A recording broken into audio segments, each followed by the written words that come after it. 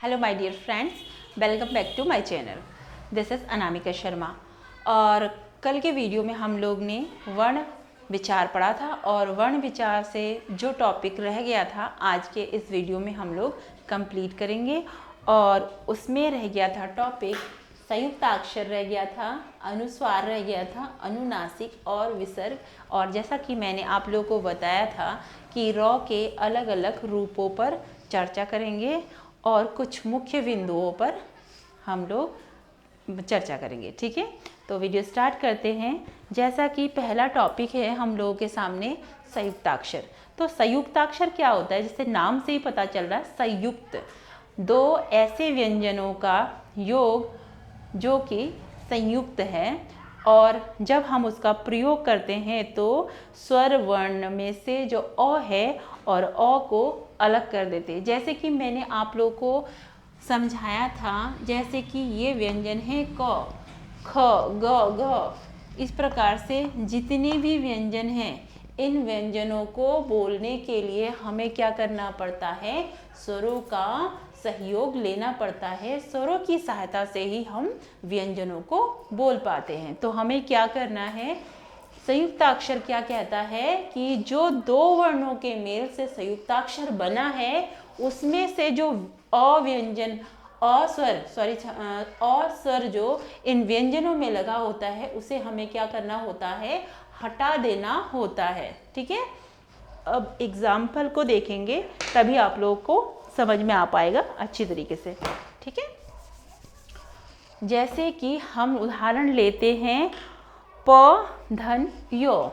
अब ये संयुक्ताक्षर लिख रहे हैं हम, प धन यो। ये देख लीजिए, ये अक्षर क्या है, पूरे पूरे हैं और इसमें य है। ठीक है, हमें क्या करना है, इसकी परिभाषा और डेफिनेशन के अनुसार क्या करना है, इसमें जो अ समाया हुआ है इस अ को हटाना है। तो उसके लिए हम क्या करेंगे, इस प में हलंत लगा देंगे। हलंत लगाने का मतलब क्या हुआ, व्यंजन में जो अ स्वर समाया हुआ है उसको हमने हटा दिया। तो ये क्या बन गया, आधा प और य क्या बन गया, प्य।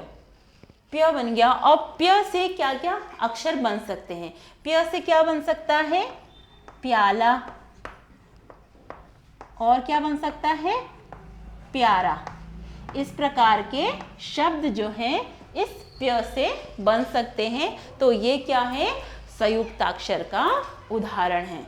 ठीक है, इसमें ज़्यादा कुछ नहीं होता है। इसी प्रकार से एक और उदाहरण देखेंगे, क धन यो। क धन य। अब इसमें से भी हम क्या करेंगे, व्यंजन स्वर को व्यंजन में से जो स्वर है अ, इसको हटा देंगे और हटाने के बाद क्या हो जाता है, इसमें हलंत लग जाता है। तो ये भी इसी की तरह से क्या होगा, आधा को और य हो जाएगा तो क्यों। तो क्यों से क्या बन सकता है, क्यारी। इस प्रकार के वर्ड इससे बन सकते हैं। ये सब क्या होते हैं, संयुक्ताक्षर होते हैं। आई होप आप लोगों को संयुक्ताक्षर समझ में आ गया होगा। इस प्रकार से और भी प्रैक्टिस कीजिए ताकि आपको संयुक्ताक्षर के सारे प्रश्नों को करने में किसी भी प्रकार की डिफिकल्टीज ना आए।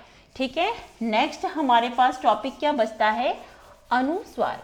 तो अनुस्वार क्या होता है, आप लोगों ने बचपन में पढ़ा होगा, अगर पढ़ा नहीं होगा तो भी आज के इस वीडियो में हम लोग अच्छी तरीके से समझने की कोशिश करेंगे। अनुस्वार क्या होता है, अनुस्वार क्या होता है, अंग।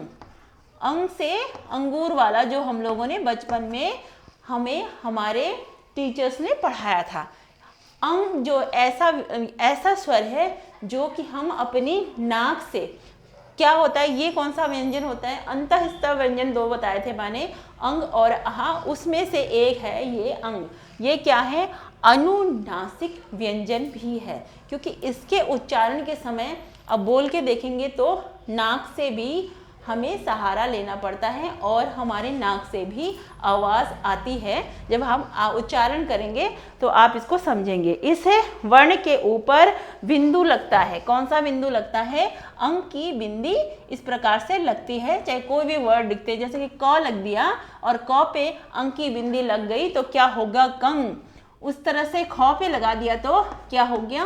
खंग। इसी प्रकार से किसी भी व्यंजन में अगर आप अंक की बिंदी लगा देंगे तो क्या होगा? ये अनुनासिक व्यंजन हो जाएगा। इसे क्या कहते हैं?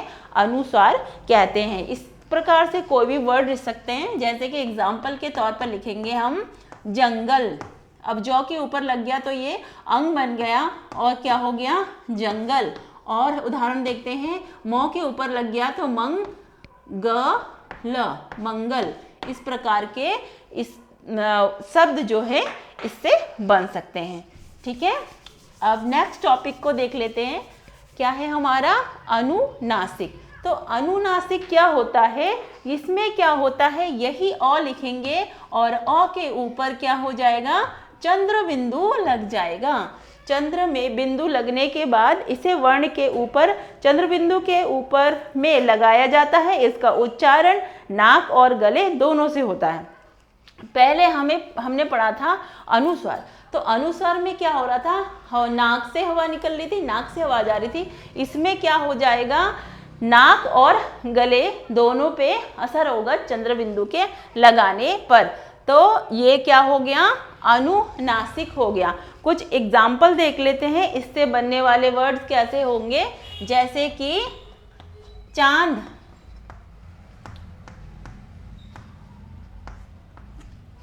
इस प्रकार के वर्ड क्या हो जाएंगे?